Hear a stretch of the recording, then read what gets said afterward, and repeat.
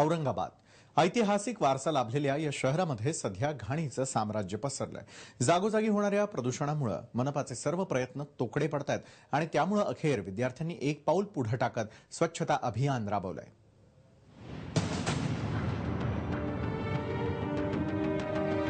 कचरा वेचणारी ही शाळकरी मुलं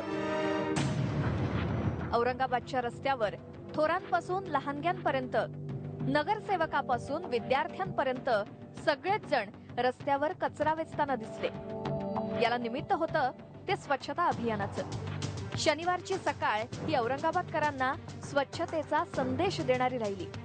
जागोजागी साचलेली घाण आणि दुर्गंधी रोखण्यात मनपाचे प्रयत्न तोकडे पडत असल्यामुळे नगरसेवक आणि विद्यार्थ्यांनी स्वतःच कचरा उचलायला सुरुवात केली। एक महिन्यापासून आम्ही आमचा जो औरंगाबाद शहरामधला N3 N4 हा जो एक प्रभाग आहे, या प्रभागामध्ये ओला कचरा आणि सुका कचरा वेगवेगळा करण्यासाठी नागरिकांच्या घराघरामध्ये जाऊन आम्ही सगळ्यांना अवेअर केलं की जर आपण ओला कचरा आणि सुका कचरा जर वेगवेगळा करू शकलो आणि त्याच्या माध्यमातून जर तो आपल्या घराच्या बाहेर आला तर जे सफाई कर्मचारी आहेत की ज्यांना तो कचरा नंतर वेगळा करावा लागतो किंवा त्याच्यातनं त्यांना सगळे तो लिफ्ट करावा लागतो। या अभियानामध्ये CRT या सामाजिक संस्थेकडून नागरिकांना घनकचरा व्यवस्थापन कसं करावं याची माहिती देण्यात आली।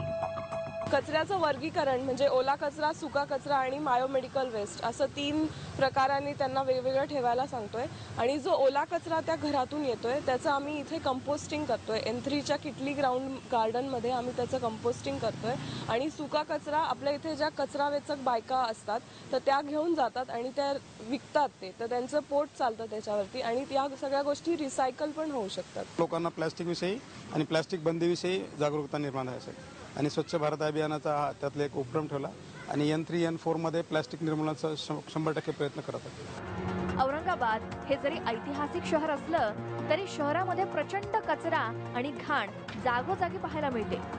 पर्यटक आल्यावर त्यांना हे शहर ऐतिहासिक आहे की कचऱ्याचं हा प्रश्न पडल्याशिवाय राहत नाही। या विद्यार्थ्यांनी दिलेला हा संदेश औरंगाबादच्या नागरिकांनी अंगीकारणं गरजेचं आहे। अमित फुटाणे, TV9 मराठी, औरंगाबाद।